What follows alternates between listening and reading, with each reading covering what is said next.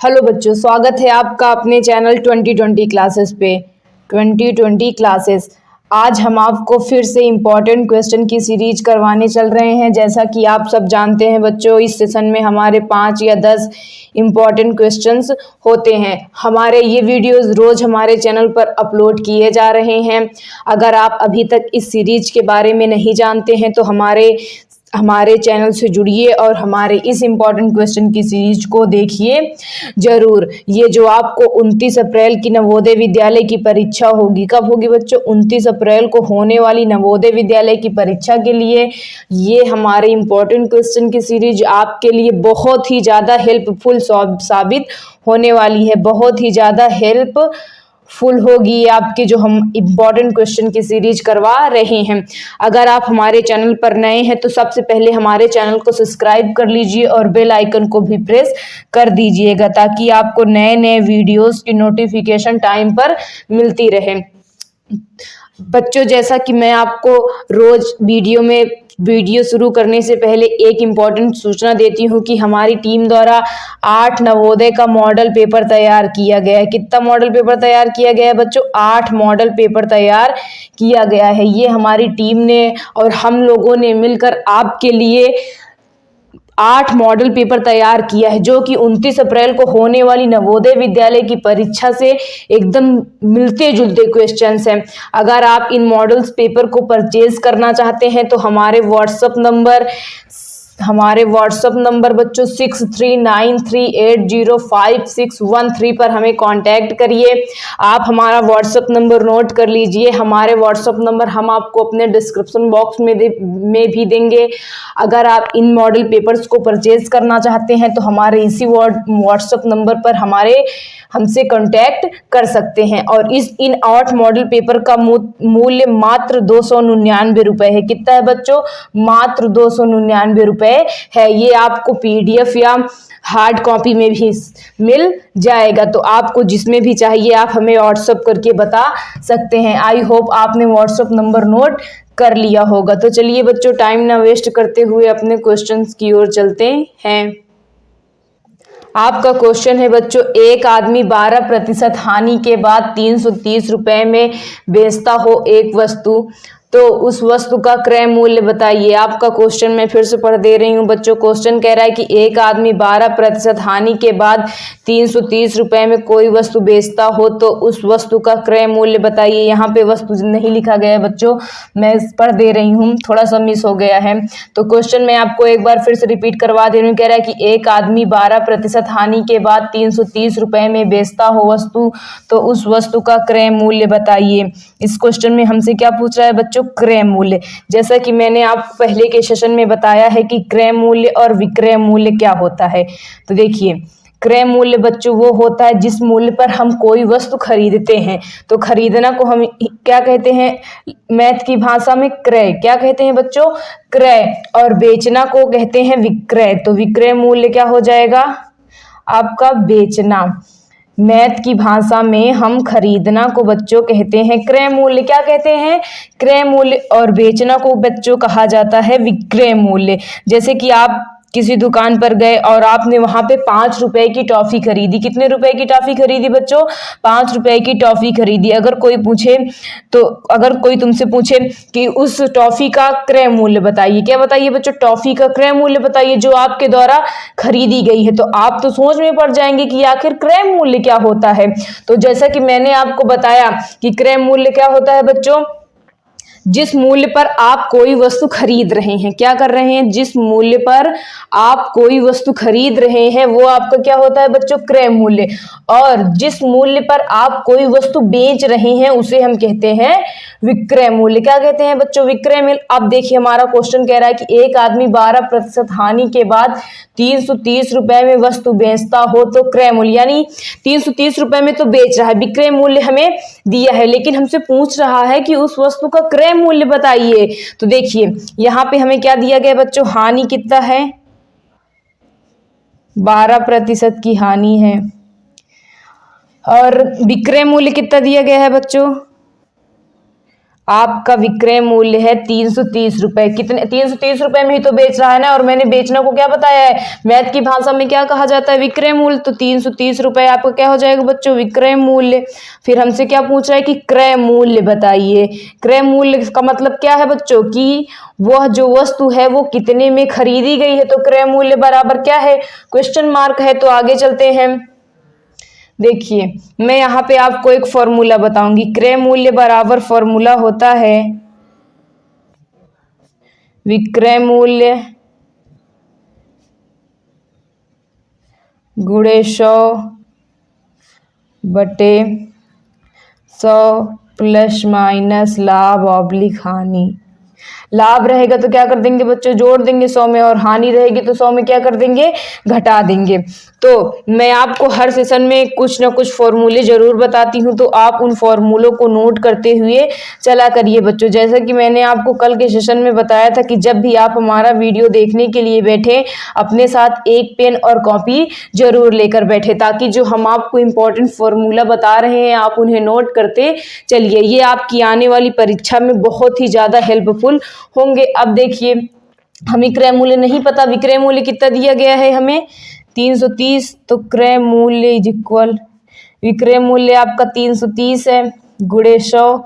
कितने प्रतिशत की हानि हो रही है बच्चों, 12। तो 100 में से क्या करेंगे, 12 घटा देंगे, तो आपका आ जाएगा क्रय मूल्य बराबर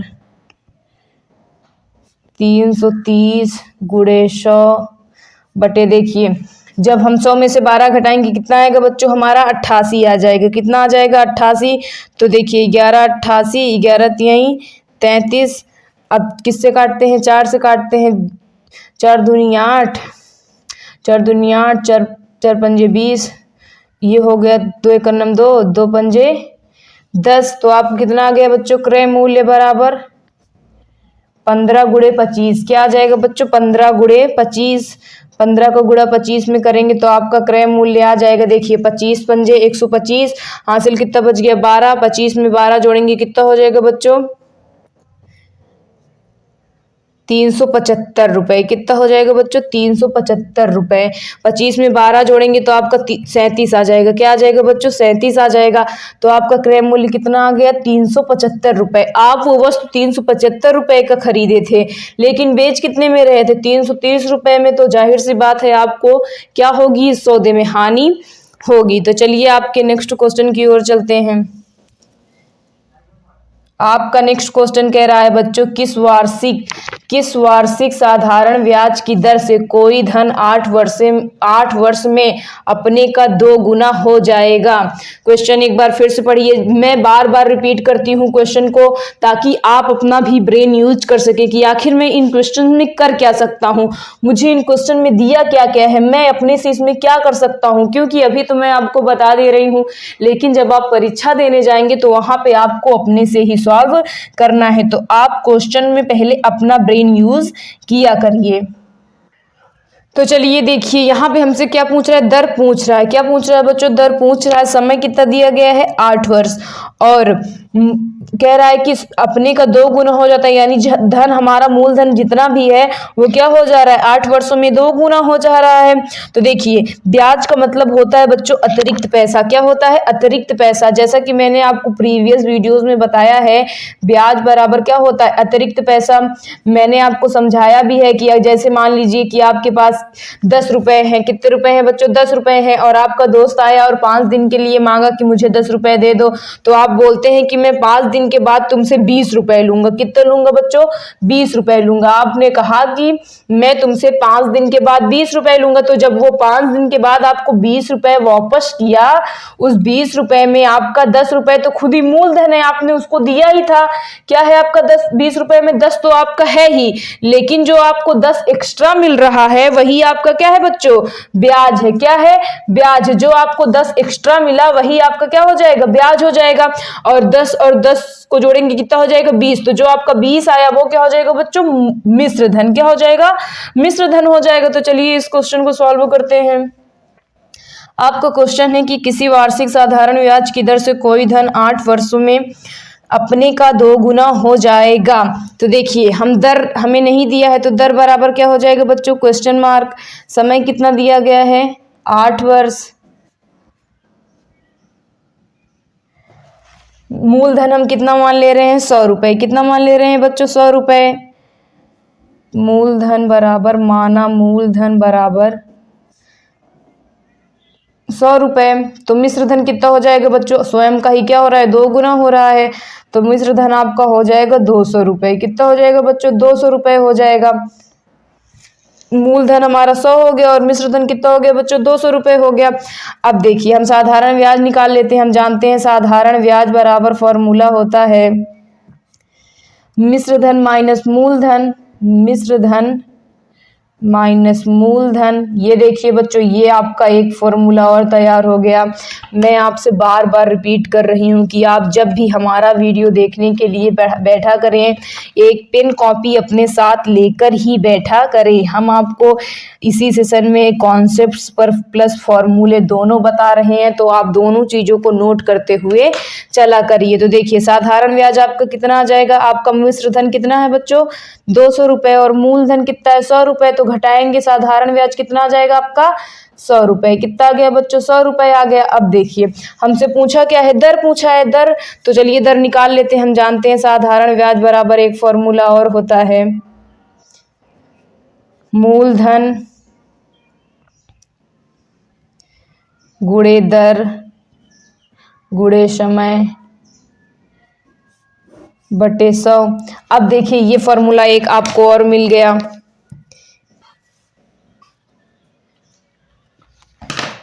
तो बच्चों आपका साधारण ब्याज कितना दिया गया है, 100 रुपए। कितना दिया गया है, 100 रुपए। अब जो जो दिया है उसको वैल्यू पुट कर दीजिए। मूलधन हम कितना माने हैं, ये भी कितना माने हैं, 100 रुपए। दर नहीं पता हमें, दर ही ज्ञात करना है। समय कितना दिया गया क्वेश्चन में, 8 वर्ष बटे 100। तो देखिए 100 से 100 कट गया। उसके बाद इसको हम 4 से काटते हैं। देखिए 4 दूनी 8, 4 दूनी 8, 4 पंजे 20। तो आपको कितना आ गया दर बराबर बच्चों, 25 बटे 2। कितना आ गया बच्चों, 25 बटे 2। तो इसको जब डेसिमल में चेंज करेंगे तो आपका दर आ जाएगा 2 एक नम 2, 2 दूनी 4, बच गया 1 दशमलव लगाएंगे, 2 पंजे 10। तो आपका दर कितना आ गया बच्चों, 12.5% आ गया। हम उम्मीद करते हैं कि हमारे द्वारा जो भी क्वेश्चंस बताए जा रहे हैं आपको समझ में आ रहे होंगे। अगर नहीं समझ में आ रहे तो वीडियो को एक बार रिवाइज करके फिर से देखिए और चीज़ों को समझने की कोशिश करिए, क्योंकि हम आपको जो भी क्वेश्चंस करा रहे हैं, आपकी आगामी परीक्षा जो कि 29 अप्रैल को होगी, वो आपके लिए ये क्वेश्चंस उन परीक्षाओं के लिए बहुत ही ज़्यादा इम्पोर्टेंट होंगे। तो चलिए आपके नेक्स्ट क्वेश्चन की ओर चलते हैं। आपका नेक्स्ट क्वेश्चन कह रहा है बच्चों, यदि a का 2/3 भाग, यदि a का 2/3 भाग b के 4/5 भाग के बराबर हो तो a अनुपाते b का मान क्या होगा। क्वेश्चन में एक बार फिर से रिपीट कर दे रही हूँ। क्वेश्चन कह रहा है आपका कि यदि a का 2/3 भाग b के 4/5 भाग के बराबर हो तो a अनुपाते b क्या होगा। यहाँ हमसे ए और बी का क्या पूछा है बच्चों, अनुपात पूछा है। जैसे कि मैंने आपको इस सेशन के स्टार्टिंग में ही बताया था, हम आपको इस सेशन में हर चैप्टर के, मोस्टली हर चैप्टर के 1 या 2 क्वेश्चंस करवाते हैं। तो आप हमारे सेशन में ऐसे ही बने रहिए बच्चों, और वीडियो को शुरू से लेकर के एंड तक देखा करिए। जब आप चीज़ों को बीच में छोड़कर चले जाते हैं तो आपको चीज़ें और भी समझ में नहीं आती हैं, इसीलिए वीडियो को बीच में छोड़ के मत जाया करिए। तो देखिए आपका क्वेश्चन कह रहा है कि यदि a का 2/3 भाग, a का 2/3 भाग b के 4/5 भाग के बराबर है, बराबर b का 4/5 भाग। देखिए बच्चों, जैसा कि आप सब जानते हैं का मतलब क्या होता है बच्चों, गुणा। क्या होता है गुणा, तो a गुणे 2/3 बराबर b गुणे 4/5। अब देखिए बराबर पे सामने सामने कट जाता है, 2 दूनी 4। तो आपका आ गया a/3 बराबर 2b/5। क्या आ गया बच्चों, a/3 बराबर 2b/5। अब यहाँ पे आप क्रॉस मल्टीप्लाई करेंगे। क्या करेंगे, क्रॉस मल्टीप्लाई करेंगे। इसका मल्टीप्लाई इसमें और इसका मल्टीप्लाई इसमें। तो आपका आ जाएगा a × 5 = 2 इंटू बी इंटू 5 क्या आ जाएगा आपका 2 इंटू बी इंटू 5।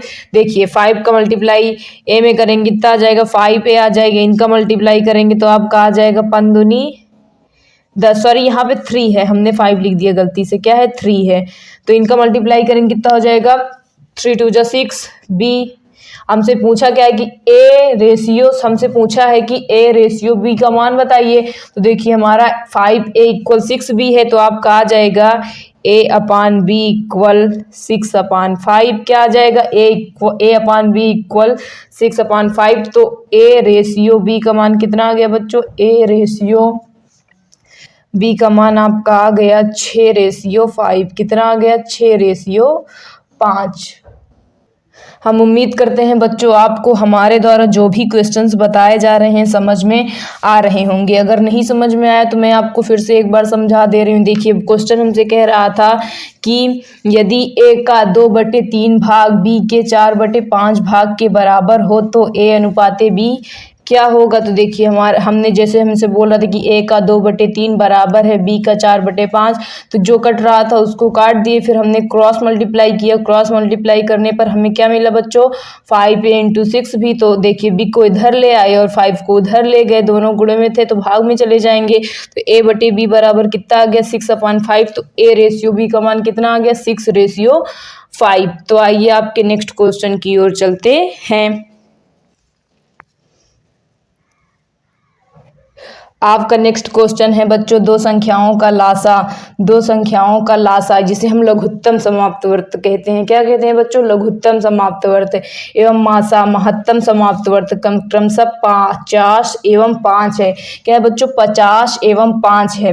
यदि पहली संख्या 25 हो तो दूसरी संख्या बताइए।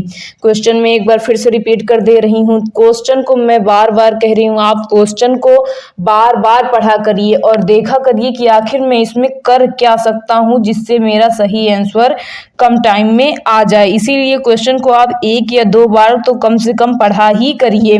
तो क्वेश्चन में फिर से पढ़ दे रही हूं, यदि दो संख्याओं का लासा एवं मासा क्रमशः 50 एवं 5 है, यदि पहली संख्या 25 हो तो दूसरी संख्या बताइए। यहाँ पे हमसे क्या पूछ रहा है दूसरी संख्या।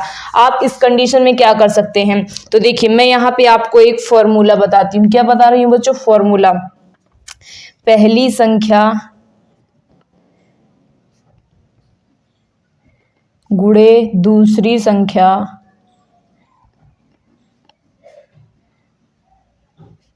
बराबर लासा गुणे मासा। क्या हो जाएगा बच्चा, पहली संख्या गुणे दूसरी संख्या बराबर लासा गुणे मासा। तो मैं आपको अपने इस इम्पॉर्टेंट क्वेश्चन के सेशन में जो भी फॉर्मूले या जो भी कॉन्सेप्ट्स बताती हूँ आप उनको नोट करते हुए चलिएगा। मैं आपसे बार बार कह रही हूँ जो हम आपको क्वेश्चंस करा रहे हैं आपकी आगामी 29 अप्रैल को होने वाली नवोदय विद्यालय की परीक्षा के लिए बहुत ही ज़्यादा इम्पॉर्टेंट होने वाले हैं। तो आप हमारे इम्पॉर्टेंट क्वेश्चन के सेशन को मिस मत कीजिएगा। देखिए पहली संख्या कितनी दी गई है बच्चों, हमें 25 दी गई है, तो 25 लिख लेंगे। जो वैल्यू दी गई है उस पर क्या करेंगे हम पुट करेंगे। पहली संख्या हमारी 25 है, दूसरी संख्या नहीं पता तो दूसरी संख्या को दूसरी संख्या ही रहने देते हैं, चाहे तो आप इसे x मान सकते हैं। एलसीएम कितना दिया गया है आपको 50 इंटू HCF कितना दिया गया है 5। तो देखिए 25 1 25 25 दूना 50, तो आपका आ गया दूसरी संख्या बच्चों कितना आ गया, दूसरी संख्या बराबर 2 गुणे 5 क्या आ गया बच्चों 2 गुणे 5 आ गया। तो आपका दूसरी संख्या आ जाएगा, दूसरी संख्या बराबर 10। क्या आ जाएगा बच्चों 10। तो आपकी दूसरी संख्या क्या आ गई 10 आ गई। आप सभी क्वेश्चन को एक बार देखिए फिर उसको अपने से सॉल्व करने का प्रयास कीजिए। जब आप प्रैक्टिस किए रहेंगे इस तरह के क्वेश्चन को तो आपको परीक्षा में परेशानी नहीं होगी। इसीलिए मैं आपसे बार बार रिपीट करती हूँ कि क्वेश्चंस को ध्यान से देखा करिए और जो भी फॉर्मूले मैं आपको बता रही हूँ फॉर्मूले को नोट करते हुए चला करिए। तो चलिए आपके नेक्स्ट क्वेश्चन की ओर चलते हैं। तो बच्चों आपका नेक्स्ट क्वेश्चन कह रहा है कि एक संख्या का 16%, एक संख्या का 16% 216 है। क्वेश्चन को फिर से मैं रिपीट कर दे रही हूँ। एक संख्या का 16% 216 है। इस संख्या का 27% क्या है? देखिए क्वेश्चन में हमें संख्या तो नहीं दी गई है, लेकिन बता रहा है कि जो संख्या है उसका 16% कितना है बच्चों? 216। फिर पूछ रहा है कि तो उसी संख्या का आप क्या बताइए? 27% बताइए। ये आपका परसेंटेज का क्वेश्चन है। मैं आपको जो भी क्वेश्चन करवाती हूँ आपको चैप्टर का नाम भी बताते चल रही हूँ, तो आप क्वेश्चंस को ध्यान से जरूर देखा करिए। मैं हर क्वेश्चन में आपसे यही कह रही हूँ कि आप अगर क्वेश्चन पर ध्यान देंगे तो आपका परीक्षा में क्वेश्चन गलत नहीं होगा। इसीलिए मैं आपसे बार बार रिपीट कर रही हूँ कि क्वेश्चंस को ध्यान से जरूर देखा करिए। तो देखिए क्वेश्चन कह रहा है कि एक संख्या का 16% 216 है। अगर हमें संख्या दी होती तो हमें पता चल जाता, लेकिन हमें यहाँ पे संख्या नहीं दी गई है, लेकिन हमसे बोल रहा है कि एक संख्या है और उसका 16% कितना दिए गए बच्चों? 216। तो पूछ रहा है कि आप उसी संख्या के क्या बताइए? हमें 27% बताइए। अब चलिए हमें संख्या तो पता नहीं है, तो हम संख्या क्या मान लेते हैं? यक्स। तो माना संख्या बराबर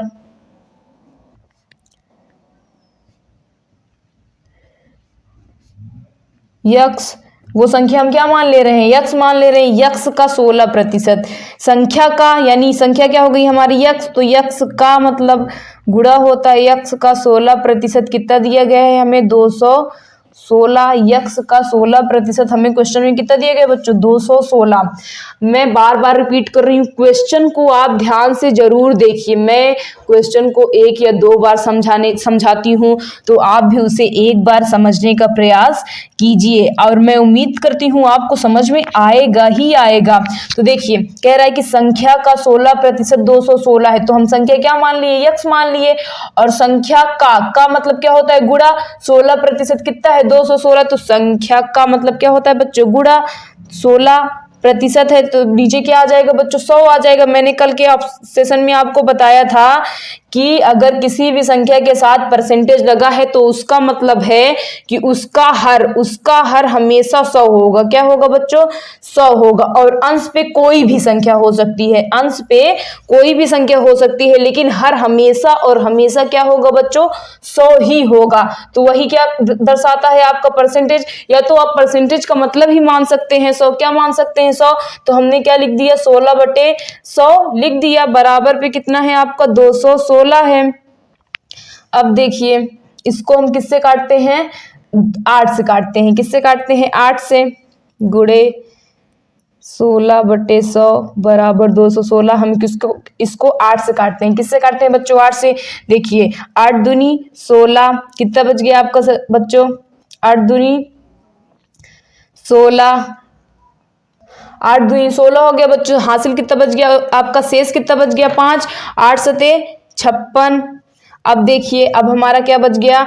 यक्स इंटू 2/100 इज इक्वल 27। अब 2 से ये कटेगा नहीं, इसको काटते हैं। 2 पंजे 10। तो देखिए आपका आ गया यक्स बराबर 27 गुणे 25। क्या हो जाएगा? 27 गुणे 50। क्या हो जाएगा बच्चों? 27 गुणे 50 हो जाएगा। इनका मल्टीप्लाई करेंगे तो आपका आ जाएगा, देखिए 7×5 35। हासिल बच गए 3। 7×5 दूनी 10। 10 3 13। कितना आ गया? संख्या क्या आ गई हमारी बच्चों? 1350। क्या आ गया? 1350। इसी संख्या का हमसे क्वेश्चन में पूछा है कि आप 27% बताइए। क्या बताइए? 27%। तो संख्या का 27%, संख्या हमारी यक्स माने थे, यक्स की वैल्यू आई कितनी है बच्चों? हमारी 1350 आई है। तो 1350 का 27%, 27/100। तो देखिए 1 0 से 1 0 कट गया। 5 से काटते हैं। 5 दूनी 10। 5 दूनी 10। 5 दूनी 10। 5 सते 35। तो आपका क्या आ गया बच्चों? 27 गुणे 27/2। तो 27 गुणे 27 करेंगे तो आपका आ जाएगा 729। क्या आ जाएगा बच्चों? 729/2। तो संख्या का 27% कितना आ गया बच्चों? 729/2। आप लोग सोच रहे होंगे कि आपने तुरंत कैसे लिख दिया 27 गुणे 27। तो मुझे आपको 1 से लेकर के 30 तक वर्ग, क्या बच्चों, 1 से लेकर 30 तक वर्ग और घन याद होना चाहिए। तो मुझे 27 का वर्ग याद था, 27 का 2 बार गुणा, वर्ग का मतलब है किसी भी संख्या का 2 बार गुणा, मतलब उसी संख्या का 2 बार गुणा, और घन का मतलब है उसी संख्या का 3 बार गुणा। तो 27 गुणे 27 किए तो कितना आ गया बच्चों आपका 729/2। तो संख्या का 27% 729/2 आ गया। आइए नेक्स्ट क्वेश्चन की ओर चलते हैं। आपका नेक्स्ट क्वेश्चन कह रहा है निम्नलिखित का योगफल बताइए। निम्नलिखित का योगफल बताइए। क्वेश्चन है 333.33 प्लस 33.33 प्लस 3.3। इनका हमें क्या बताना है, योग बताना है। 333.33, 33.33 और 3.3, इसको क्या करना है, जोड़ना है। तो देखिए जोड़ते हैं। 3 3 6, 3 3 6, 6 3 9, डेसिमल लगाएंगे। 3 3 9 6 3। तो हमारा योगफल कितना आ गया बच्चों, देखिए 369.96। योगफल हमारा आ गया 369.96। बहुत से बच्चे सोचते हैं कि मैं बिना ऐसे लिखे ही जोड़ लूँ, तो बिना ऐसे लिखे जोड़ने से कई बार आपका दशमलव वाला जोड़ या घटाना गलत हो जाता है। इसीलिए आप जितना कंफर्टेबल हो सके उतना करिए। आप इस तरह लिख के जोड़ लेंगे तो कुछ हो नहीं जाएगा, इससे आपका टाइम भी बच जाएगा। उससे जोड़ेंगे तो थोड़ा सा टाइम भी लग सकता है। इसको जल्दी से लिखिए और जल्दी से जोड़ लीजिए। तो आपका आंसर आ गया 369.96। आइए नेक्स्ट क्वेश्चन की ओर चलते हैं। आपका नेक्स्ट क्वेश्चन है 1 से 100 तक की सभी सम संख्याओं की संख्या कितनी है। मैं क्वेश्चन एक बार फिर से पढ़ दे रही हूँ बच्चों। क्वेश्चन कह रहा है कि 1 से 100 तक की सभी सम संख्याओं की संख्या कितनी है। 1 से 100 तक की सभी सम संख्याएं। अब आप सोच रहे होंगे कि सम संख्याएं क्या होती हैं। तो देखिए बच्चों, सम संख्याएं वे संख्याएं होती हैं जो 2 से 4 से कट जाएं, जो 2 से 4 से कट जाएं, उन्हें हम क्या कहते हैं, सम संख्याएं कहते हैं। नॉर्मली जब क्या कहते हैं, हम गिनती गिनते हैं तो सम संख्याओं के बीच का अंतर 1 होता है। कितना होता है, 1 होता है। तो देखिए पहली सम संख्या क्या हो गई आपकी 2, दूसरी क्या हो गई 4, तीसरी 6, फिर 8, फिर 10, 12, 14, 16, 18, 20, 22, 24, 26 के बाद आपका आएगा 28, फिर 30, फिर आपका आएगा 32, 34, 36, 38, 40, 42, फिर 44, फिर 46, 48, 50, 52, फिर आपका आएगा 54, 56, 58, 60, 62, 64, 66, 68, आपका फिर आ जाएगा 70, 72, 74, 76, 78, फिर आपका आ जाएगा बच्चों 80, 82, 84, 86, 88, 90, 92, 94, 96, 98 और 100।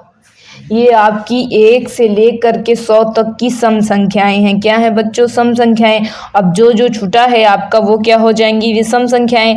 हमसे पूछ रहा है कि 1 से 100 तक की सम संख्याएं कितनी है। तो अब गिन लीजिए, देखिए 1 2 3 4 5 6 7 8 9 10 11 12 13 14 15 16 17 18 19 20 21 22 23 24 25 26 27 28 29 30, 31, 32, 33, 34, 35, 36, 37, 38, 39, 40, 41, 42, 43, 44, 45, 46, 47, 48, 49, 50।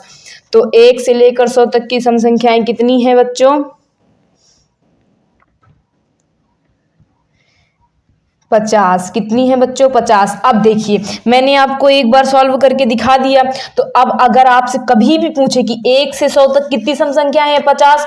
अब विषम संख्या पूछे तो क्या करेंगे आप? फिर से लिखने मत लग जाइएगा, क्योंकि देखिए अगर 1 से 100 तक की बात कर रहा है, 50 अगर सम संख्याएं हो गई तो विषम भी कितनी हो जाएंगी बच्चों? 50 ही हो जाएंगी। कितनी हो जाएंगी? 50। तो आज आप ये बात जान लीजिए कि 1 से 100 तक की संख्याओं में 50 सम संख्याएं होती हैं और 50 विषम संख्याएं होती हैं। तो चलिए नेक्स्ट क्वेश्चन की ओर चलते हैं।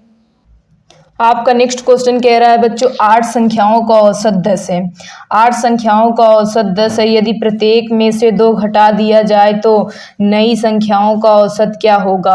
कह रहा है कि 8 संख्याओं का औसत 10 है, ये इतना दे दिया गया है। फिर बोल रहा है कि यदि प्रत्येक में से यानी संख्याओं में से भी और औसत में भी क्या घटा दिया जाए? 2 घटा दिया जाए तो नई संख्याओं का औसत क्या होगा? तो देखिए संख्या में से 2 घटाए, नई संख्या क्या मिलेगी हमें? नई संख्या, आपकी नई संख्या मिल जाएगी। संख्या हमारी 8 संख्याएं हैं, इसमें से 2 घटा दिए तो नई संख्या कितनी आ गई आपकी? 6। कितनी आ गई बच्चों? 6 आ गई। और औसत कितना है? 10 है। कितना है? 10 है।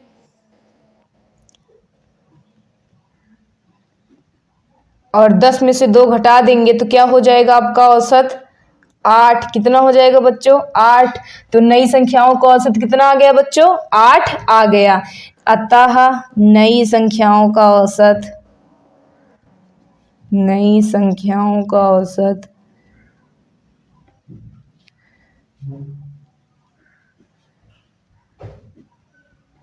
औसत बराबर 8। देखिए आप सोच रहे होंगे कि इतना बड़ा क्वेश्चन और एक लाइन में सॉल्व हो गया। बस इसको तो मैं इसमें तो पेन चलाने की जरूरत ही नहीं थी, लेकिन फिर भी मैंने आपको समझाने के लिए लिख के बताया। देखिए क्वेश्चन क्या कर रहा है, आप पढ़ के भी इसको सॉल्व कर सकते हैं। क्वेश्चन कह रहा है कि 8 संख्याओं का औसत 10 है। तो अब आगे बढ़ते हैं। कह रहा है कि यदि प्रत्येक में से, प्रत्येक का मतलब है कि संख्या में से भी और औसत में भी, प्रत्येक का मतलब दोनों में से, प्रत्येक में से 2 घटा दिया जाए। संख्या में भी 2 घटा दिया जाए, मैंने घटा दिया, और औसत में भी 2 घटा दिया, मैंने घटा दिया, तो नई संख्याओं का औसत। तो औसत हमारा कितना हो जाएगा? नया औसत की बात करें तो कितना हो जाएगा बच्चों? 8 हो जाएगा। हम उम्मीद करते हैं आपको हमारे द्वारा जो भी क्वेश्चंस बताए जा रहे हैं समझ में आ रहे होंगे। नहीं समझ में आ रहे हैं तो वीडियो को रिवाइज करके एक बार फिर से देखिए। फिर भी ना समझ में आए तो कमेंट करके जरूर बताइए, हम आपको समझाने का पूरा प्रयास करेंगे। आइए आपके नेक्स्ट क्वेश्चन की ओर चलते हैं।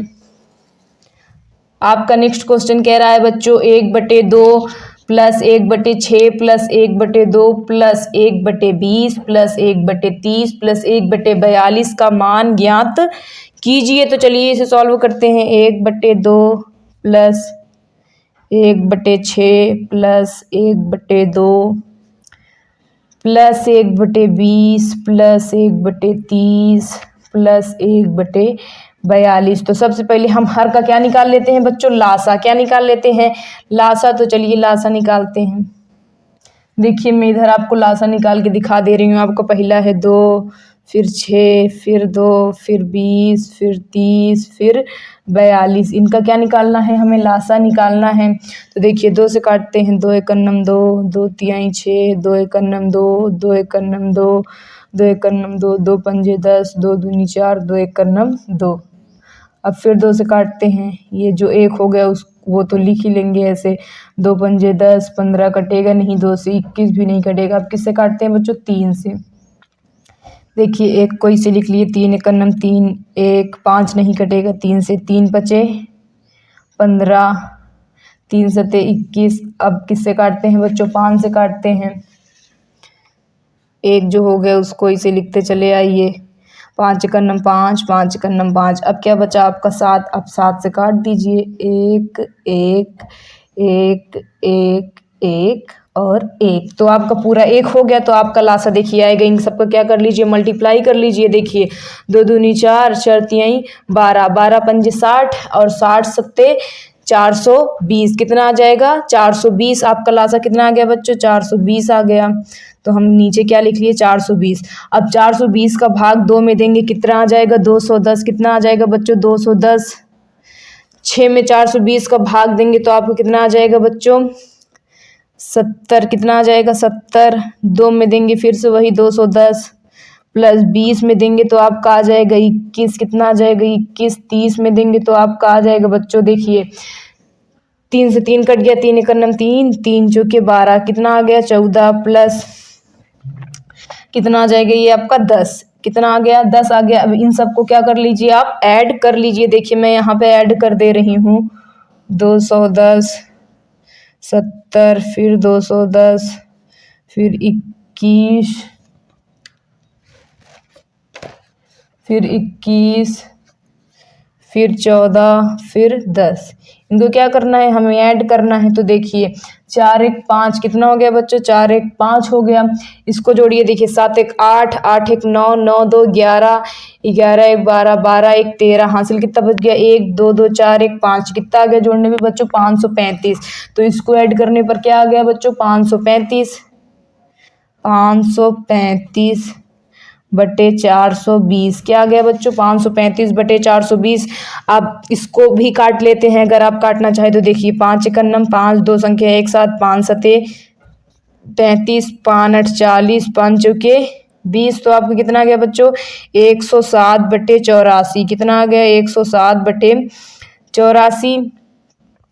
इसको हम अब नहीं काटते हैं तो आपको इसको सॉल्व करने पर क्या मिल गया बच्चों 107 बटे 84 मिल गया। हम आपको हर क्वेश्चन को बहुत ही अच्छी तरह से समझाने का प्रयास करते हैं और क्वेश्चन को बार बार समझाते हैं। अगर फिर भी नहीं समझ में आ रहा है तो वीडियो को रिवाइज करके फिर से देखिए और वीडियो को शुरू से लेकर के लास्ट तक जरूर देखा करिए। आइए आपके इस सेशन के नेक्स्ट और लास्ट क्वेश्चन की ओर चलते हैं। हाँ तो बच्चों आपके इस सेशन का नेक्स्ट और लास्ट क्वेश्चन है ए और बी मिलकर एक काम 12 दिन में, बी और सी मिलकर उस काम को 15 दिन में, सी और ए मिलकर उस काम को 20 दिन में कर सकते हैं। यदि तीनों मिलकर काम करें तो काम कितने दिन में समाप्त होगा। एक बार मैं क्वेश्चन फिर से रिपीट कर रही हूँ। क्वेश्चन है आपका ए और बी मिलकर एक काम को 12 दिन में, बी और सी मिलकर उस काम को 15 दिन में और सी और ए मिलकर उस काम को कितने दिन में करते हैं 20 दिन में। तो देखिए मैं लिख लेती हूँ जो हमें दिया है ए प्लस बी मिलकर कितने दिन में कर रहे हैं बच्चों 12 दिन में, बी और सी मिलकर कितने दिन में कर रहे हैं 15 दिन में, और क्या सी और ए मिलकर कितने दिन में कर रहे हैं 20 दिन में। फिर हमसे पूछ रहा है कि बताइए ए प्लस बी प्लस सी मिलकर काम करे तो काम कितने दिन में खत्म होगा। तो देखिए ये क्वेश्चन आपके वर्क एंड टाइम का क्वेश्चन है। किस टॉपिक का क्वेश्चन है बच्चों वर्क एंड टाइम का क्वेश्चन है। तो मैं आपको जैसा कि वीडियो के शुरुआत में मैंने बताया था कि हम आपको अपने इंपॉर्टेंट क्वेश्चन की सीरीज में हर चैप्टर से रिलेटेड मोस्टली हर चैप्टर के क्वेश्चंस करवाते हैं। तो ये आपका लास्ट क्वेश्चन किस पर बेस्ड है बच्चों वर्क एंड टाइम। किस पे बेस्ड है वर्क एंड टाइम। यहाँ पे आपको एक बात समझना होगा बच्चों कि ये जो क्वेश्चन इसमें जो वर्क होता है वो टाइम का क्या होता है उल्टा होता है। क्या होता है उल्टा होता है। अगर क्या कहते हैं ए और बी मिलकर एक काम 12 दिन में कर रहे हैं तो 12 काम कितने दिन में करेंगे 1 दिन में करेंगे। तो देखिए हो जाएगा A plus B plus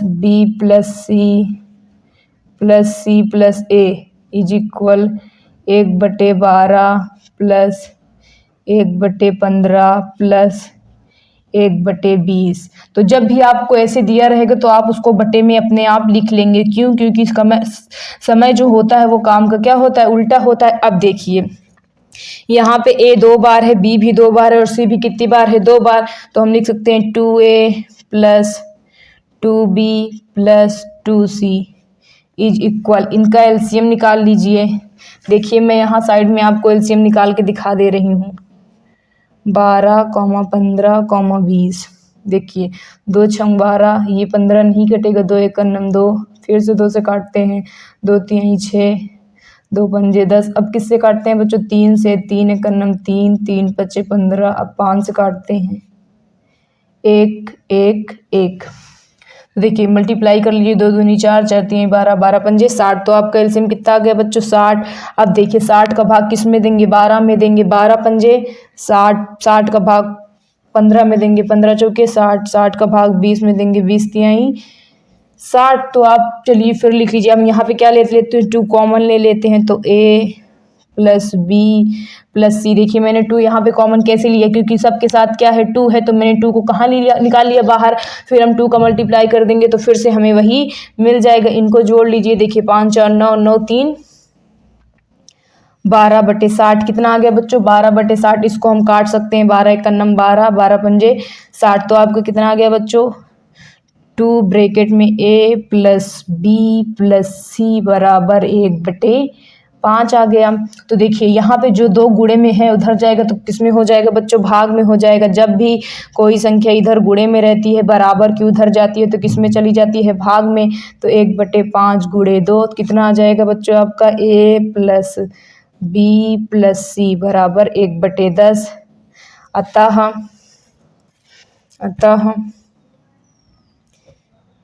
A comma B comma सी मिलकर उस काम को